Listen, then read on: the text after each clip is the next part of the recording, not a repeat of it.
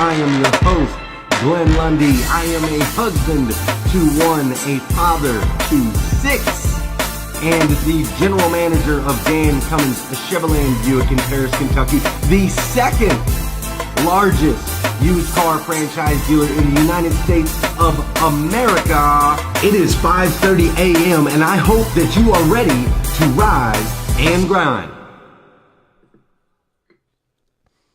Good morning.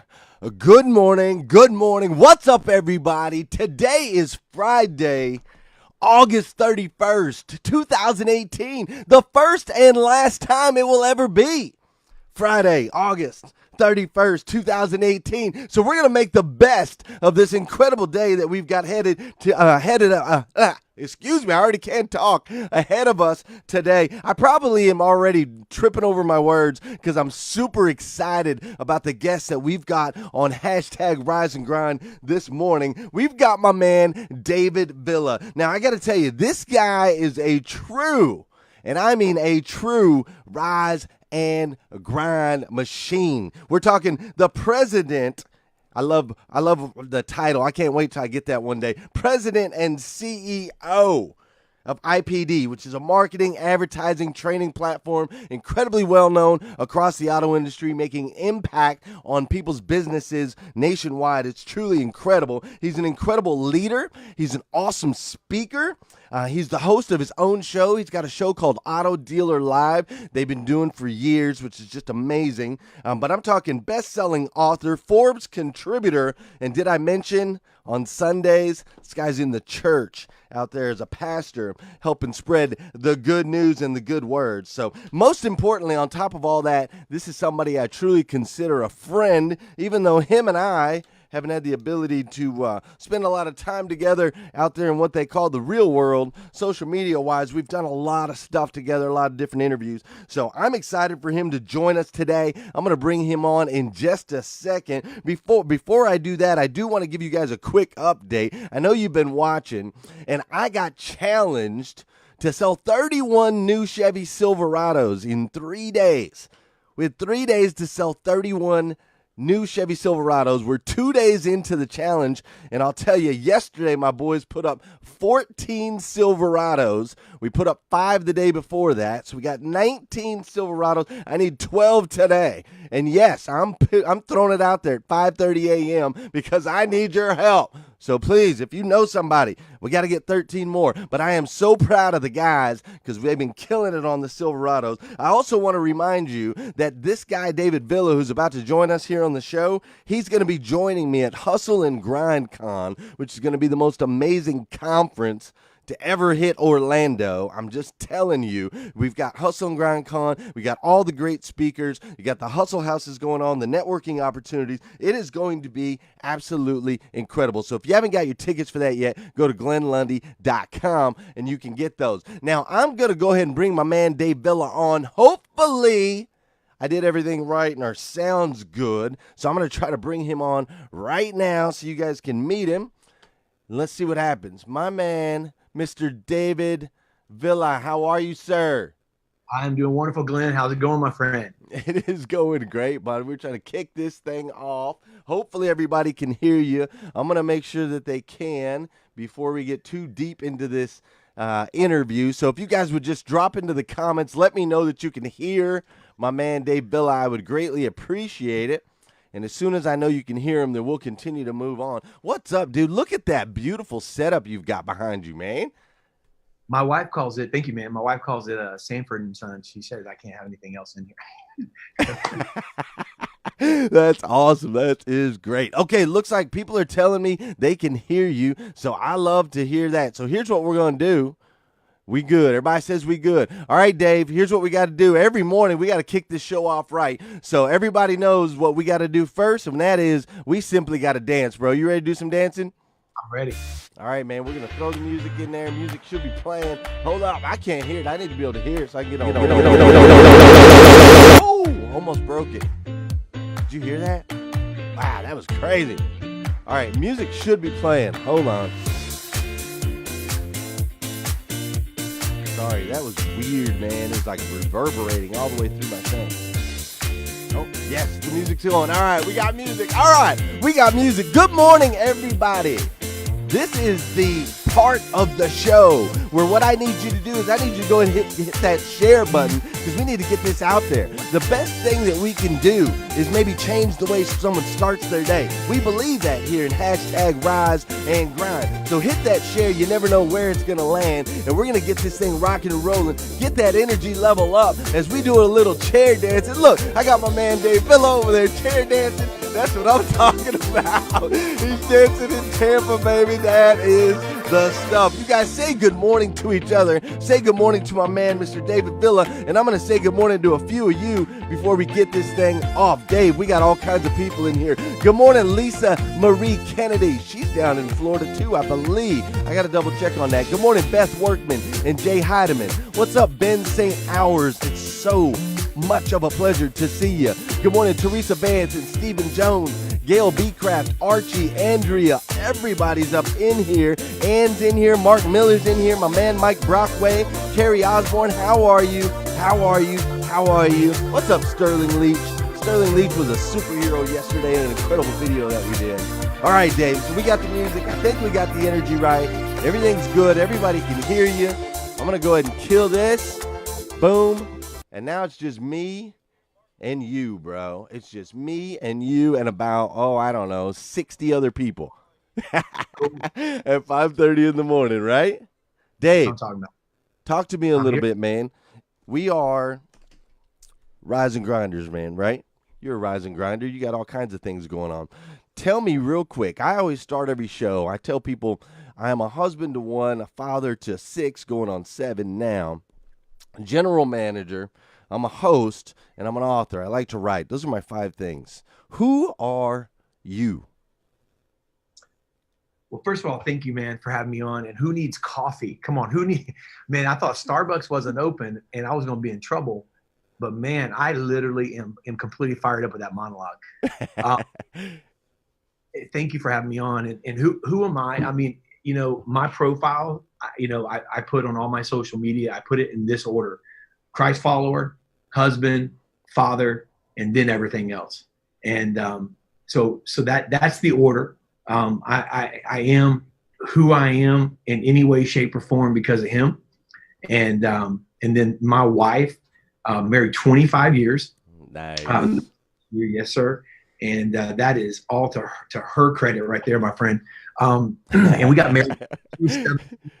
17 years old. I was about 20, and then I'm a father of 3 kids. I'm actually started really young with everything. So my youngest is about to graduate from high school. My other 2, one's married and one just graduated from college. So we're kind of going to be empty nesters at a young age, and so men just and just doing all types of things in business. But that's who I am with respect to, I guess, the profile. Right. Well, that's awesome, man. Yeah, empty nesters early. Golly, I'm doing the exact opposite of that, Dave. Exact opposite. I'm filling the house right now. Hey, listen, that's a whole nother level of hustle and grind right there, man. You are 7, you said? Yeah, we're going on 7. She's due in November. Man, congratulations, brother. That's awesome. Thank you, man. Thank you. Here, let me ask you a question this morning. All right. Now, we all have different kind of morning routines. I have a video, the 5 things that I have to do every single day that change my life and in order to be successful. And so I know all successful people tend to have a great morning routine. What does your morning routine typically look like? I get up. I usually get up around 5, and that's typically about the time I get up. My wife's an early riser. She gets up and she works out and does that. I get up and the first thing I do is grab my phone and get into the Word. It's the very first thing I do. Now, I've been in church my whole life, and I haven't always done that. That's a discipline that I've, over the last probably the last several years, have built as a habit. And then I get into the Word. I get into some devotions. I start writing a little bit, and I do that first thing. I literally keep my phone right there by my bed, and I grab it and I do it. So I don't have any distractions. I don't even trust myself to get out of bed to go and grab it to get it done. I do it first thing while I'm laying there before I get up, and I spend a good amount of time doing that. Sometimes I get kind of caught up in that. And then when I get up, and obviously I'm getting ready, and then I hit Starbucks.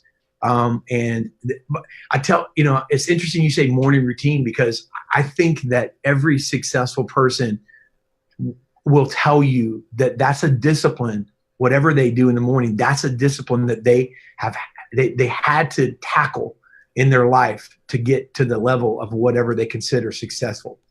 Because if you wait until you get in to the office to get your mind right, too late. It's very important. My mornings are sacred to me, and I've got to get. Somebody said one time, I might have heard it on your show. I don't know. I heard this in the last year, that waiting for, you lay there sometimes. If you wait for till you feel motivated to get up, you won't get up. It's not a feeling. I think that it's a discipline. Yeah, 100%. It is a discipline, and I like using that. I like you using that word, because I think sometimes people hear the word discipline and they think of it, negatively. But for me, myself, it wasn't until I was able to apply discipline in my life, get myself into a structured environment. It wasn't until then that I was able to really start to progress. I don't like to say achieve levels of success, because I'm definitely not done yet. I haven't reached my success threshold. But just getting to those next levels on my way, it comes from discipline and routine. So I absolutely love that word. So that's great, man. First thing in the morning, you're jumping right into the word, feeding the mind with all kinds of positive stuff, right? I mean, how can your day go wrong at that point? I mean, really? Yeah, it can't. And, it's interesting. And the biggest reason we don't do that, it's the talent and the potential are there in a lot of people. I don't think you're even considering getting into the game of a progression in life, right? No matter what it is that you do, if you're not talented or if you don't have potential. But I always say that talent doesn't matter. Potential won't cut it. It takes that getting up, getting dressed, getting in the game. And so I think procrastination is probably the thing that, that caused me to not do those things for so long in my life. I didn't want it bad enough to kill procrastination. Mm-hmm. Procrastination is your worst enemy dressed like your best friend. It's like that. It's like I used to walk with procrastination. He used to talk to me, put his arm around me. Hey, what's up, man? And it felt comfortable, like my friend, but it was my worst enemy. And I had to kill procrastination and make the determination that I was going to see a change, because the definition of an insanity, to do the same thing over and over, expect a different return. But yet I did it day after day, month after month, and then relied on talent to bail me out. But I think that when we get tired of a bailout life, I don't want, I teach my guys here and people that I talk to, especially in sales, man, stop. Don't you want to not fight? Don't you want to not make it from the position of your back against the wall? Okay, you've proven you could fight when your back's against the wall. But what about when you get off the wall? What about not getting on the wall again? Right, right. Strong. Yeah. Listen, so we have that innate ability, right, to fight with our backs against the wall. But I don't want to make a living that way. I don't want to make a living with my back against the wall. Yeah. I want to put the procrastination back against the wall. That's awesome, man. I love that. Just kill procrastination.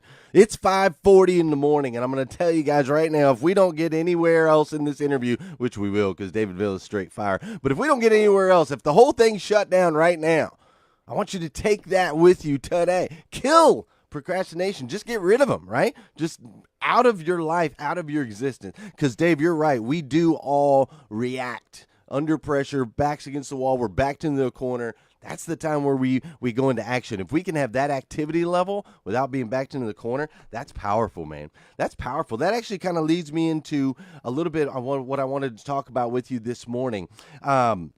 there's like a big movement. It almost seems like the auto industry as a whole got backed into a corner, right? Over the years of just kind of people getting berated and not being necessarily treated right, and customers got sick of the way things were going and the way they were getting treated, and we've got these massive companies that are disruptors that are coming in and trying to do all this stuff. And so I am personally noticing like a movement within this industry, right? And I know all my rise and grinders, only about actually in my group, only about 20% of the rise and grind group is in the auto industry. But I feel like the auto industry impacts the planet, right? Like it impacts so many different industries and sales in general. But I'm noticing a movement with people in the auto industry, people in sales. Why do you think that's happening now? Why does it seem like everybody's starting to fight back? Yeah, great point. With the auto industry, I got to be very transparent with you. You know, even though I host a show on automotive every week, and every week we talk about that and we interview, and I shouldn't be surprised, but I got to be transparent. I'm a little pleasantly surprised of what's happened in the last year, meaning that it's almost like when something lights on fire, when a dry field lights on fire. You know, I remember the cartoon with the cartoon a few years ago with the Cave family. I can't remember the Crunks or what is it, but something like that. I just remember, what is it? The Crudes. The Crudes. I remember the little kid that got his pants lit on fire, right, and came running through the field, and it caught everything on fire. I think that's kind of what's happened, and I for one, almost embarrassed to say, underestimated it. Pleasantly surprised that I was wrong or not completely right. I love it. And I think what happened, man, is the industry disruptors underestimated the passion and the hearts of the people in the auto industry. And I think that you know, the one thing you can replace tech. Now, I've always told people that I've hired over the years, because we actually serve auto dealers. And I've always told, even on the vendor side, people that have come in, stock brokers and pharmaceutical sales reps, and said, hey, I can do this. I was successful. And I tried to tell those individuals that this is a unique industry. And I think that what we're seeing are this industry, the passion and the individuals that love it rise and grind, right? Rise up and they're doing something for the industry that they love. So it's almost like a movement. And I'm so incredibly impressed by the people that are in the industry. And I think the auto disruptors, you can have all the technology in the world. You know, you could have all the bells and whistles in the world, but if you don't capture the one thing that this industry's always had, in my opinion, the heart, the passion, the it factor, it doesn't really matter. It will fall flat. And a lot of those disruptors, you know, are finding that out. Yep. And so I'm impressed, man, and thoroughly impressed. So I think this industry, I feel so much optimism about this industry moving forward because of what's going on.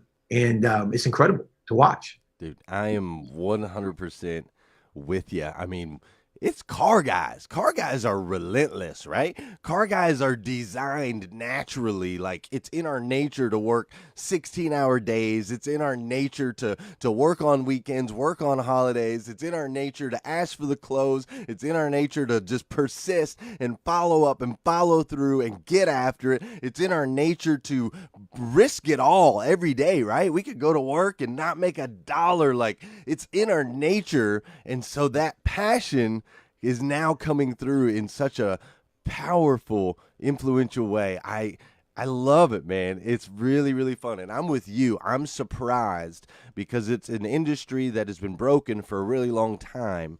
And I think the spark, like you said, is these guys kind of coming in. They're coming in and they stirred things up, and we're like, wait a minute, hold on. This is our turf. This is our turf. This is what we do. And so it's really neat to be a part of it. I think that I've read lots of books. You know, they say part of the reason Bill Gates and those guys had their success was the timing. You know, Bill Gates just happened to have access to computer, and computer technology was new, and he was the right age. He was 19, 20 at the time. And so I feel like we're the right age, the right time, and we're witnessing something, monumental. And I want to reach out to, or not reach out, but I want to thank you for helping lead the charge as far as you've had your show, Auto Dealer Live, and recognizing people in the auto industry, bringing guys on like me. And the first show I ever did was with you, and it was with you, Tony with the keys, and Shaka Dyson. I think Sean Hayes was maybe on there, and it was really, really neat. And I just love that you do that for the industry, and you highlight the people in the industry, because that's what I think a lot of these guys forgot, is that this is not just about selling cars. It's about a certain people, a breed, a type. You know what I'm saying? So thank you for all that you do, man, to support this industry. I truly appreciate it. What is your fuel, Dave? What fuels you, man? Why do you give so much? I mean, you've got your company, right? You've got your beautiful family. You're spending Sundays giving at the church. You're writing books. You're writing blogs. You're sharing stuff for Forbes. You're doing your show. Why, man? What is fueling you to do all this stuff? Yeah, people in a calling. Short answer. Because you have some history and some understanding, obviously, with ministry world and things like that. Well.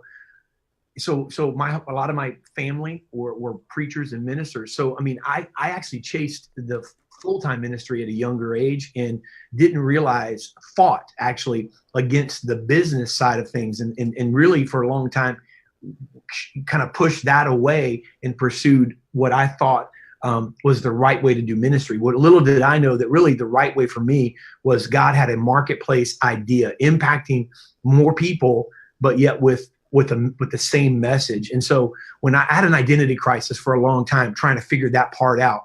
And so now I see God doing things that only he can do. But what fuels me really is the same thing that fueled me even with that purpose and that pursuit, and that's people. I just want to see people better. And sometimes, I'm sure you get this a lot too, Glenn. How do you do this? Or man, you're always fired up, or are you always this way? No. I mean, sometimes I get ready to get out of bed and I want to roll back over and call in sick on myself. I mean, I'd be a liar if I told you that I always wanted to. Right. So I think that what motivates me and what gets me up are the responsibilities and so forth. But what motivates them, the responsibilities and the disciplines, are ultimately the it factor, which is people. I just want to see people around me. I want to impact. I want my God, and I want my wife, and I want my kids, and I want my family, and I want my employees, and I want people around me to just have hope. And I want them to see that there's the ability to make a difference. And doesn't mean I want to take one of my salespeople sometime and push them out the window. You know what I mean? Right? I mean, it just means that ultimately when I come in, calm down, think about it, whatever, it's always back to the motive. And the motive is I believe as long as there's breath in them, in anyone, there's a chance. And I'm that person that's gonna just gonna try to get the coal off the diamond, man, as long as it's on there, because I want to see him shine.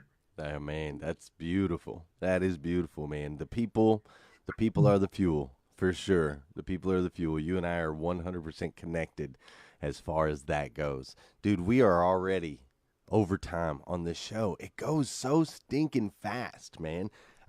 It just goes so fast. And regretfully, having a show like I do in the mornings, and I'm telling everyone to have good morning routines, we always have to stay within our timelines so that people can go and run off to the gym and do all the stuff that they're supposed to do. But before they go, I want to mention two things. One, we're going to get a 2-minute takeaway from you here in just a second. Before we do, though, I want to go back, man. For those of you guys that didn't see it, or those of you guys that even maybe did, we did a Facebook Live-a-thon a few weeks back for our friend Michelle, who, from what I understand, things are turning around like straight miracle, right? Straight miracle. She's gone from to the point where it was like her survival rate was this. Now she's got a 93% survival rate. The doctors are shocked to see what's going on in her body. We asked for miracles. We asked for prayers. We got the prayers. We got the miracles. And I want to make sure we recognize that side of it, because it's real easy to say, well, yeah, we raised $40,000 for Michelle in a day,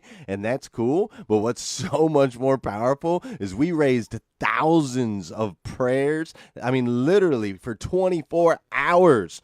We had the attention of the Almighty, us, a bunch of crazy, passionate auto people. We had the attention of the Almighty God, and he brought that miracle to fruition. And I want to say, Dave, you popped on, man, unexpectedly, went live, made an incredible donation. That was awesome. But even more than that, you had your family centered around you. Invited us into your living room. You had your family sitting around, your daughter playing the piano. An incredible session. We got to praise Jesus, do some worship together. I was in tears, man. I was bathing my kids when your thing was on, so I was on my knees. I happened to be on my knees, had the kids in the bath, and I was just in the perfect position, and you came on with your family, and I want to just say that I fell even deeper in love with you and your family in that moment, for you putting that out there and sharing that in the middle of that. It was so incredibly powerful. The timing was beautiful. It was exactly what everybody needed. So I just wanted to personally thank you. And for those of you guys that didn't see it, you got to go back and you got to watch it, because it was an incredible session. So we don't have enough time for you to tell me where that thought process came from and how you put all that together. But I want you to know, brother, I love you for doing that. I really, really do. So let's go to our 2-minute takeaway.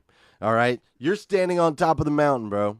It's just you up there, right? You're like iRobot style. You're standing up on the top of the mountain. Everybody's down there, and they're looking up at you, and they're looking for you. They need something. They need some wisdom. They need some hope. They need to know what they can do to apply in their lives today, or maybe this week, or maybe next month. Something that's going to change their life, and you've got 120 seconds. What are you going to tell them, my man? Easy. Don't quit. You know, I out of everything that we've talked about, the disciplines, the strategies, I mean, they're all important, but they're important in the order in which they belong. They're important as part of the process. The first thing you have to have, and the one thing that will strand along the entire journey, even when you reach other summits or levels or places of success or progression, is not quitting. Because no matter how successful you get, no matter how much money you make, no matter how many employees you have, no matter what kind of records you break, I will promise you that over and over and over and over again, you will have the temptation to stop and to quit. Because they say in new levels, new devils, so to speak. In new levels, there are new challenges and obstacles. And I would just say that the single one thing that will guarantee your success is that when you stop at the end of life, that's the first time you stopped. Meaning when you stop, when you take your final breath, you might have failed a gazillion times. You might have sucked for a period of a decade. You might have literally just completely messed it up 100 times, but you never stopped. Getting back up, brushing the dust off, and continuing to go forward. That guarantees success. So I would just say, don't quit. You know, if you look at us and you're watching this, you're going, man, yeah, but I wish I was at the level of the plateau or wherever they are now. Maybe it's easier. It's not easier. It's not easier. It might be a position of influence, but I would just say don't quit. Simple, easy, yet powerful and effective, right? That's usually how those things work, Don't quit. Easy to say, not always easy to do. Those other levels that you talked about, another level, another devil, man. There's so much truth in that. There is so much truth in that, Dave. I was on the phone with a literary agent, one of the top literary agents in the world, right? And she agreed to do my book, right? So I've got this book, and she agrees to do the book, and she basically told me straight up, she's like, I'm going to do the book. She's like, but I'm just telling you right now, like, it's kind of going to suck. And I'm like, what do you mean? She's not talking about the content of the book, but she's just like, you're a nobody is basically what she told me. She's like, you're a nobody. And she deals with, Tony Robbins and, all these big players. And so I get off this call and I'm like beating myself up because I'm like, man, I really thought I was onto something. And she just knocked me down a peg. She humbled me. But the reality of the situation is I broke through to that next level. It was another level. And my first intention was I wanted to quit after getting off the phone with her. But luckily I have some people in my life that were able to breathe into me and say, hey, bro, the #1 literary agent in the world, she wants to do your book. She wants to do your book. And that right there, even though now it takes me to another level where I feel small, I just got to not quit. And I did have that urge to stop right there at that moment. And so I can definitely appreciate what you're saying. You guys out there in Facebook land, if you love my man Dave Villa as much as I do. If you love him, we got to hit the share button. We got to spread the word so that he can go into more people's houses, more people's lives. You got to pop on. Make sure you're following him. Make sure you're following him on Twitter and Facebook. He's everywhere. He's on Instagram at the real David Villa on Instagram. And listen, Dave, man, I got to tell you, man, I can't thank you enough for doing the show. You truly are an amazing human being, man. You really are. Like, truly an amazing human being. And I know you already know this, but as a child of God, you are uniquely made to do the things that you're doing right now on this planet, and it truly is making an impact. You are making a massive impact on your friends' lives, on your family members' lives, on your coworkers' lives, and you've made an impact in my life. And I, for one, dude, I absolutely love you for it. I do. I absolutely love you. So I don't know if you said your wife gets up early, so I might not be the first one to tell you today, but I hope I am the first one to tell you today. I know I won't be the only one, but I absolutely love you, man. We love all of you guys. Dave, can you say goodbye to all these people out there in Facebook land so we can kick this day off?